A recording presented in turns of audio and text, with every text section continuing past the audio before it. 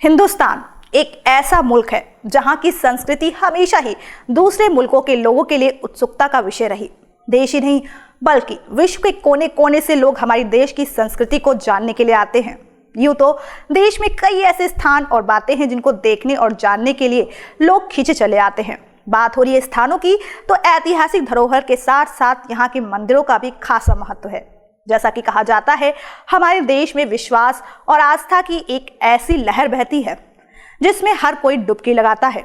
हमारा देश धर्म, भक्ति, आध्यात्म और साधना का देश है। पुरातन काल से ही पूजा स्थल के रूप में मंदिर अपना विशेष स्थान रखते रहे हैं। यहाँ कई ऐसे मंदिर हैं जिनकी महिमा अपरंपार है। इन मंदिर से जुड़े चमत्कार और रहस्य हमेशा से ही लोगों के जानने का विषय बने रहते हैं। कुछ रहस्यों का खुलासा हो गया है तो वहीं कुछ अभी भी रहस्य बने हुए हैं। तो वहीं सबसे बड़ी बात है, इन मंदिरों से जुड़े चमत्कार और कहानियां भी हैरान कर देती हैं। जैसा कि हम आपको बताते ही रहते हैं, हिंदू धर्म में 33 करोड़ देवी देवता हैं जिनसे जुड़ी अलग अलग गाथाएं और रहस्य हैं। इन्हीं देवी देवताओं में अगर बात करें देवों के देव महादेव की, तो इनके ज्योतिर्लिंग की महिमा एकदम निराली है। बाबा के 12 ज्योतिर्लिंग हैं जिनसे जुड़ी अलग अलग कहानियां और चमत्कार हैं। आज इन्हीं में से एक ज्योतिर्लिंग के बारे में हम आपको बताने जा रहे हैं, जिनके बारे में कहा जाता है इस मंदिर का निर्माण स्वयं चंद्रमा ने किया था। नमस्कार, मैं हूं गायत्री गुप्ता, लेकर हाजिर हूं अपना खास प्रोग्राम। बाबा भोलेनाथ के जिन ज्योतिर्लिंग की मैं बात कर रही हूं, उनका नाम है सोमनाथ मंदिर। गुजरात के सौराष्ट्र इलाके में स्थित इस मंदिर का जिक्र ऋग्वेद में भी किया गया है। तो चलिए सबसे पहले बताते हैं आपको इस मंदिर के इतिहास के बारे में।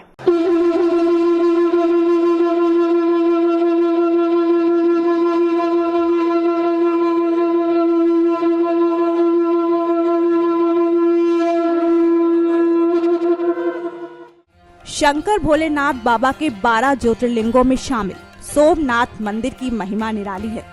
ये मंदिर हिंदुओं के लिए खास स्थान रखता है। इस मंदिर की गिनती 12 ज्योतिर्लिंगों में सर्वप्रथम ज्योतिर्लिंग के तौर पर होती है।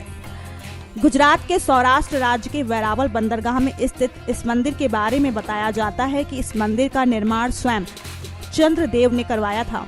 इसका उल्लेख ऋग्वेद में भी मिलता है। बता दें आपको, ये मंदिर हिंदू धर्म के उत्थान पतन के इतिहास का प्रतीक रहा है। ये इतना वैभवशाली है कि इस वजह से कहा जाता है इतिहास में कई बार इस मंदिर को तोड़ा गया और फिर से इस मंदिर का निर्माण करवाया गया।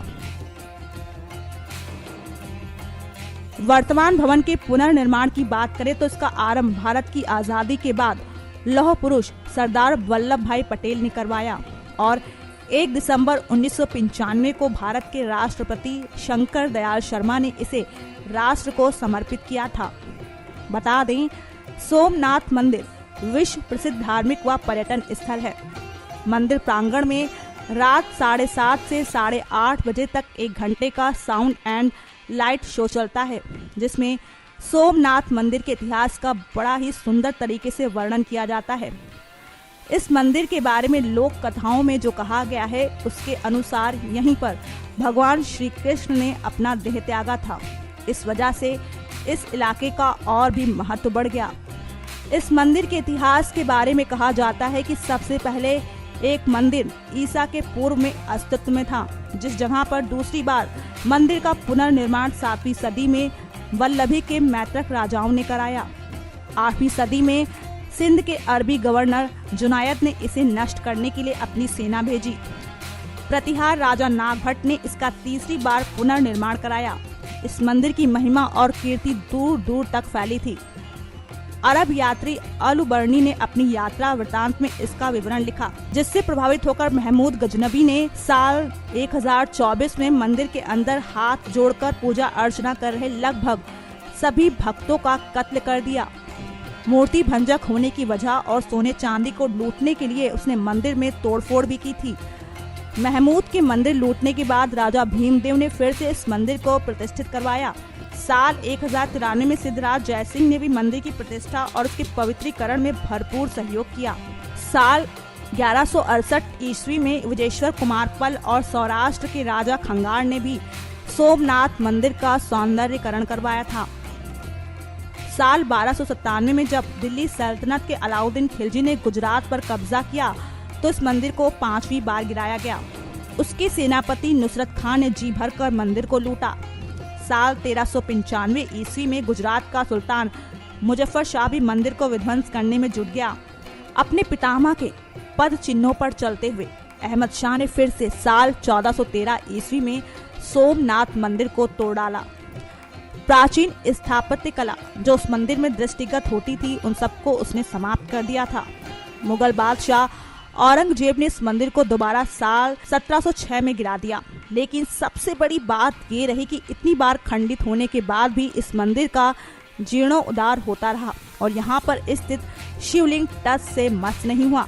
लेकिन साल 1026 में महमूद गजनवी ने जो शिवलिंग खंडित किया वो सही आदि शिवलिंग था। इसके बाद प्रतिष्ठित किए गए शिवलिंग को साल 1300 में अलाउद्दीन की सेना ने खंडित कर दिया। इसके बाद कई बार मंदिर और शिवलिंग खंडित किया गया और मूल मंदिर के ध्वस्त होने के कारण जब सोमनाथ की पूजा बंद कर दी गई, तब साल 1783 में इंदौर की रानी अहिल्याबाई ने मूल मंदिर से कुछ ही दूरी पर पूजा अर्चना के लिए सोमनाथ महादेव का एक और मंदिर बनवाया। जब भारत को अंग्रेजों के चंगुल से छुड़वाया गया, तब ध्वस्त पड़े मंदिर को राष्ट्र के प्रथम राष्ट्रपति डॉक्टर राजेंद्र प्रसाद और गृह मंत्री सरदार वल्लभ भाई पटेल ने देश के स्वाभिमान को जागृत करते हुए दोबारा सोमनाथ के मूल मंदिर को, जो बार बार नष्ट किया गया था, उसका अत्यंत भव्य निर्माण करवाया। साल 1970 में जामनगर की राजमाता ने अपने स्वर्गीय पति की स्मृति में मंदिर के आगे पूर्व दिशा में उनके नाम से भव्य एवं सुंदर दिग्विजय द्वार बनवाया। बाद में दिग्विजय द्वार के सामने थोड़ी दूरी पर सरदार वल्लभ भाई पटेल की प्रतिमा भी स्थापित की गई।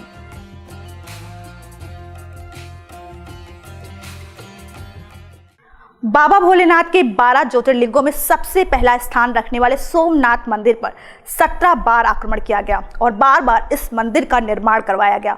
तो वहीं सबसे बड़ी बात तो यह है कि इस मंदिर में 24 शिवलिंगों को स्थापित किया गया था और उसमें सोमनाथ का शिवलिंग बीचों बीच में था।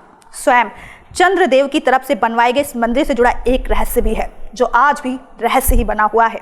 कहा जाता है इस रहस्य को हल करने की बहुत कोशिश की गई, लेकिन ऐसा हो ना सका। जी हाँ, ये रहस्य जुड़ा है इस मंदिर के दरवाजे से। तो चलिए दिखाते हैं आपको इस खास रिपोर्ट में आखिर क्या है इस दरवाजे का रहस्य।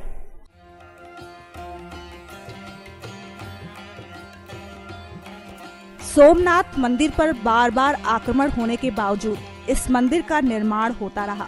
जैसा कि हमने आपको बताया, इस मंदिर पर 17 बार हमला हुआ। इन्हीं हमलावरों में एक नाम शामिल था महमूद गजनवी का। साल 1024 में गजनवी ने यहाँ पर आक्रमण किया। कहा जाता है वो यहाँ से काफी धन संपदा लूटकर अपने साथ ले गया और साथ ही वो इस मंदिर का ऐतिहासिक दरवाजा भी ले गया, जो कि 16 फुट लंबा और चंदन का बना हुआ था।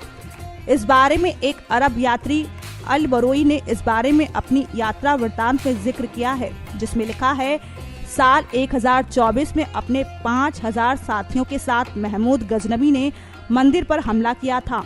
ये हमला उस वक्त किया गया जब मंदिर में 50,000 भक्त पूजा कर रहे थे। कहा जाता है गजनवी ने इन लोगों की बेरहमी से हत्या कर दी थी। उसने मंदिर की सारी धन संपदा लूट ली और अपने साथ इस मंदिर का दरवाजा भी लेकर चला गया। कहा जाता है उस दरवाजे को वापस लाने की कोशिश की गई। इस बारे में 2 कहानियां सामने आती हैं। साल 1782 में मराठा राजा ने लाहौर के महमूद शाह को हराकर 3 चांदी के गेट जीते। मराठा राजा जीते हुए गेटों को मंदिर में लगवाना चाहते थे, लेकिन मंदिर के पंडितों ने लगवाने से मना करवा दिया था। आज ये गेट उज्जैन के मंदिरों में लगे हुए हैं, जिसमें से एक गेट महाकालेश्वर ज्योतिर्लिंग और दूसरा गोपाल मंदिर में देखे जा सकते हैं। दूसरी कहानी है 1842 की, जब एल्बर्ट लयनो ने अपनी आर्मी को अफगानिस्तान से गजनी होते हुए आने के आदेश दिए। कहा जाता है उन्होंने वहां महमूद गजनवी की कब्र से वहां के दरवाजे उखाड़ने के आदेश दिए। इस पर ब्रिटिश संसद में बहस हुई, लेकिन जब क्रॉस चेक हुआ तो इस दरवाजे की असलियत पर कई सवाल उठे, जैसे कि ये असल दरवाजे की नकल है। आपको बता दें, आज भी ये दरवाजा आगरा फोर्ट में रखा हुआ है। यानी कि इस बात से साबित होता है कि आज तक सोमनाथ मंदिर का असली दरवाजा कहाँ है, किसी को पता नहीं चला है।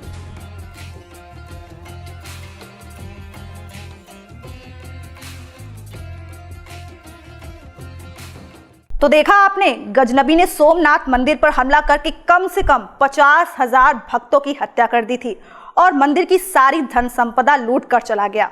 गजनबी ने इस मंदिर में लगे चंदन के दरवाजों को भी नहीं छोड़ा।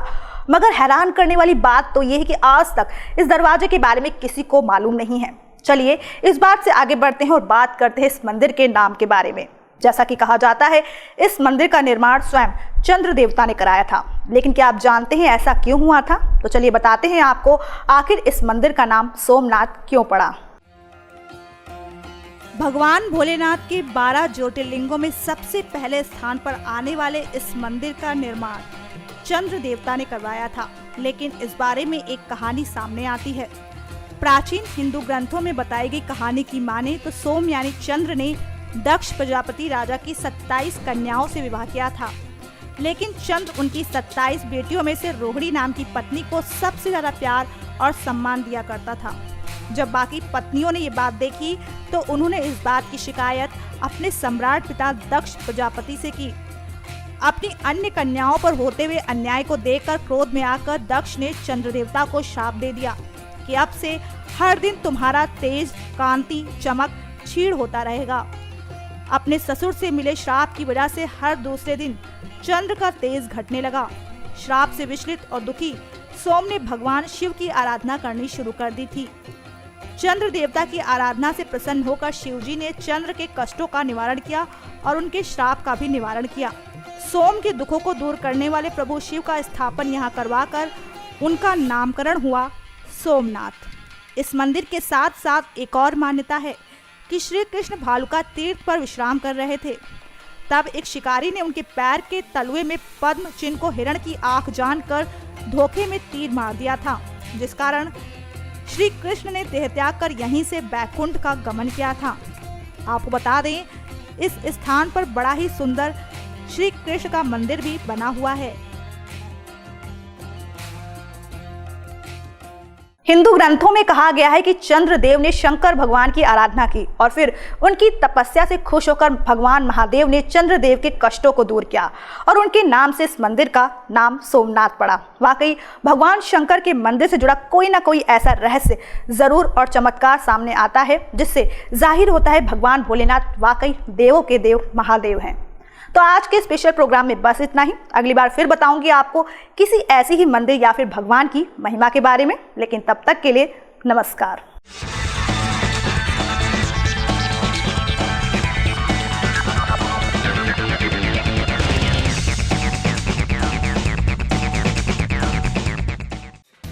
Subscribe now to receive new updates, reviews and news.